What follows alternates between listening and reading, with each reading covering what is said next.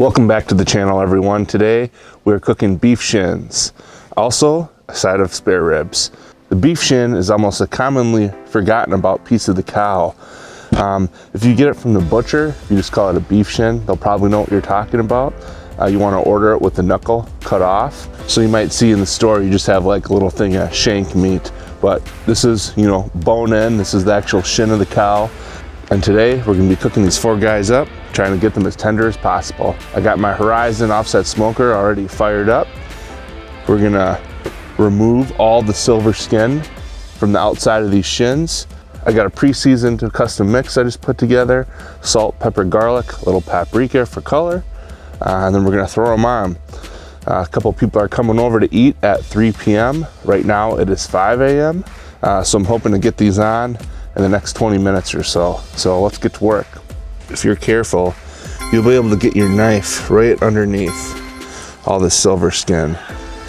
And the first part, the beginning of this is always the hardest to try to get started, and it's not a fast process, but you're gonna want all this stuff off.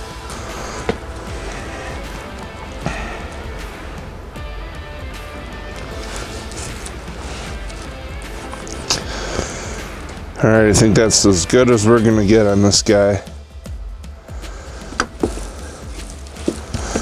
So I'm gonna go ahead and crank out the other ones and we'll throw these guys on the grill. I also like to kind of push down the top here and separate the meat, the cartilage and the tendons from the bone just on the top, because then as it'll cook, this will recede a little bit and it'll kind of be like a caveman lollipop. It's a cool showpiece.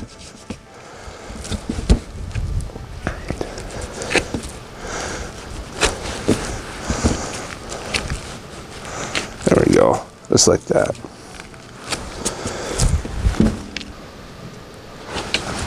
Just got a little olive oil here I'm gonna use as a binder.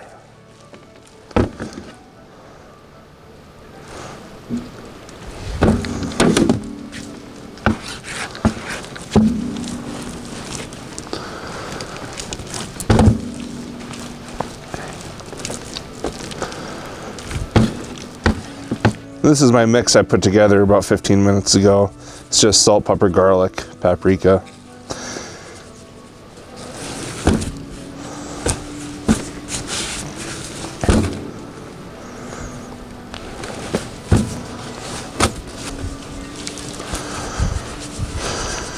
Now, unlike brisket, beef shins and beef short ribs don't have a lot of fat on them. So I will be spraying with olive oil and balsamic vinaigrette every 30 to 45 minutes. Basically every time I put a split on the fire, I'll be giving it a little spray. We're gonna be cooking at about 270. We don't wanna get any more above 300 because you don't want this to burn, and we don't wanna really be below 220 because the fat that is in here won't render.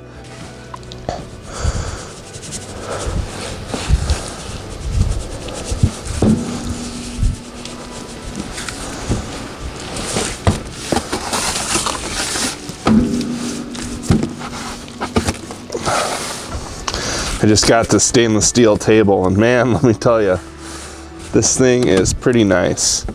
All you have to do is rinse it off with the hose, sanitize with a little bleach, and give it another rinse, and you're done. A lot easier than cutting boards and other wooden tables and stuff like that. Always remember to get the sides. All right, guys, we're going the piece of the shin that doesn't have meat on it, the bone, we're going bone side down, just like that.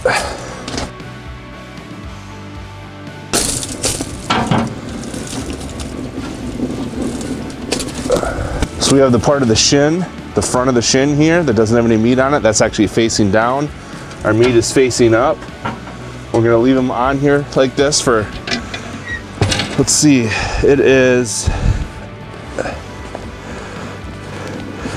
it's 5:30. Everyone's coming over to eat at 3.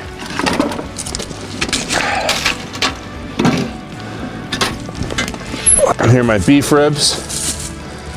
I'm gonna face these standing up, just like this. The reason why I have tin foil on the bottom of them is in this Horizon Ranger, there seems to be a hot spot about right here, and I want them to cook evenly. Let's see. We're going this way. Double check this guy. Yeah, that's right.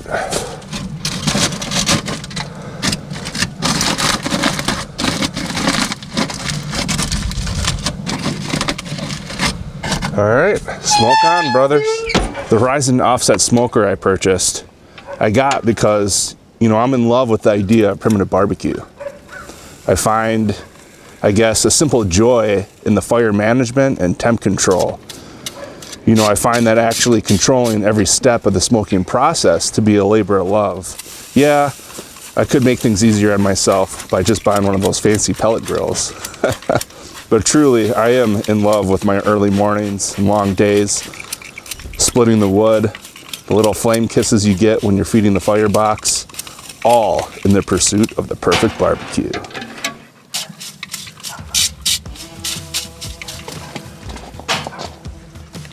All right, we've been cooking for about 4 hours.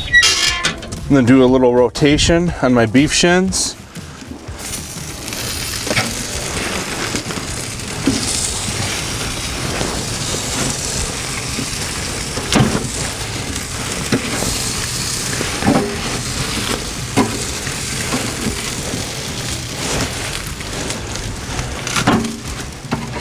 They're still very tough.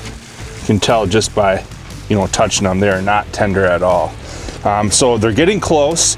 I'm gonna wait till I get a little more bark, and then I'm gonna wrap them all together with some beer, and then that's gonna really help tenderize them for the next few hours. Beef ribs are looking great though.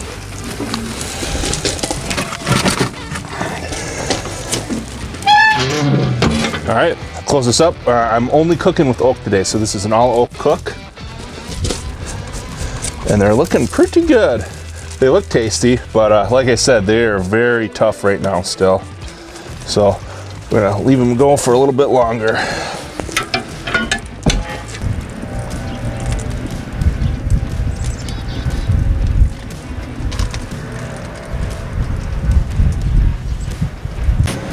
All right, now that I got the color I want on the beef shins, I'm gonna go ahead and pull them off and wrap them.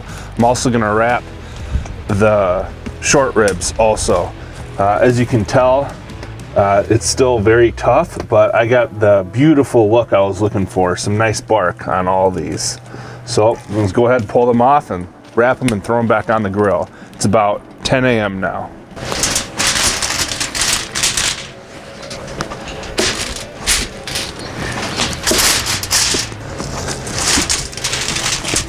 I'm placing the front of the shin part on the inside and the meat on the outside.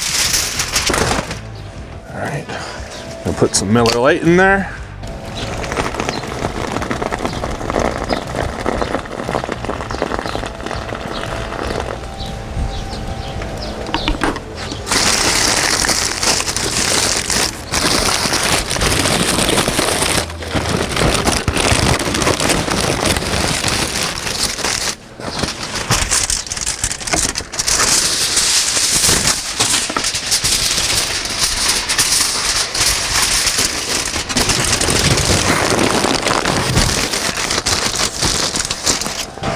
All right, we're gonna try to set this on back on the grill.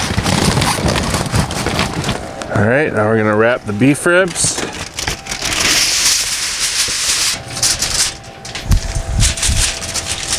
So this is how I'm gonna place it back on the grill. We actually have the meat and the thicker part of the meat down, and then the bones up.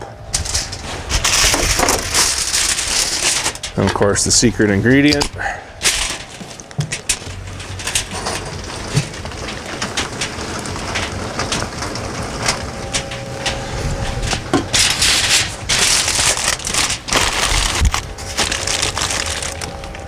All right, I got the beef shins right here and the beef short ribs right here. I'm gonna go ahead and keep on cooking for about another 3 hours. I'm doing about 280 right now. I might kick it up to 300, but I'm just trying to stick to 280. Go ahead and cook it for another few hours, then we're gonna check on it and probe for tenderness.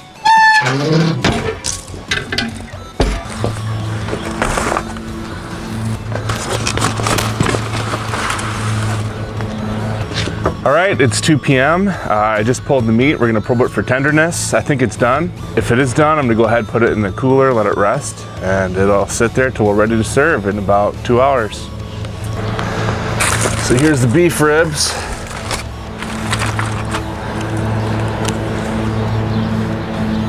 Oh yeah, these are like butter. Those are perfect. All right, now for the shins.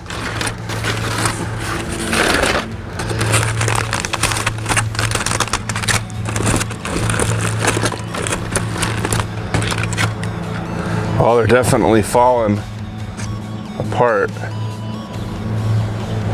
They're not as tender as the beef ribs, but they are pretty tender, and they're falling off the bone.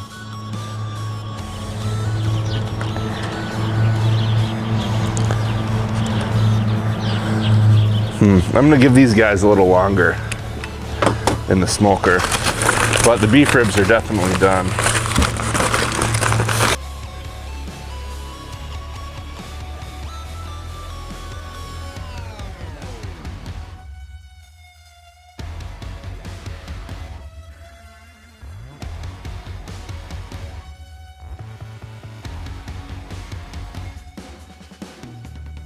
As I'm prepping these beef shins to serve, you guys will notice a bunch of liquid just off to my right in that tin. All that came from the bottom of the tin foil that I wrapped the beef shins in. If you guys wrap your shins around 150, 160, that is right before the bone marrow inside those big bones will actually start to liquefy. And let me tell you what, if you can capture that, capture those juices, capture that flavor, capture that bone marrow, it'll add a flavor profile to your meat that will just blow your mind. It is astounding on how that elevates the flavor of the beef. Everyone just raved over it. Brisket? What brisket? No one even cares about brisket. No one cares about the beef ribs. These beef shins are my #1 go-to now. Not only are they cheaper, but that flavor you get when you shred or slice all them up and mix them up in those juices is just something amazing that you guys definitely need to try for yourselves. Guys, I really appreciate you tuning into the video, and please comment below for anything you want me to cook next or any critiques you have. I appreciate it. Have a good day. Thank you.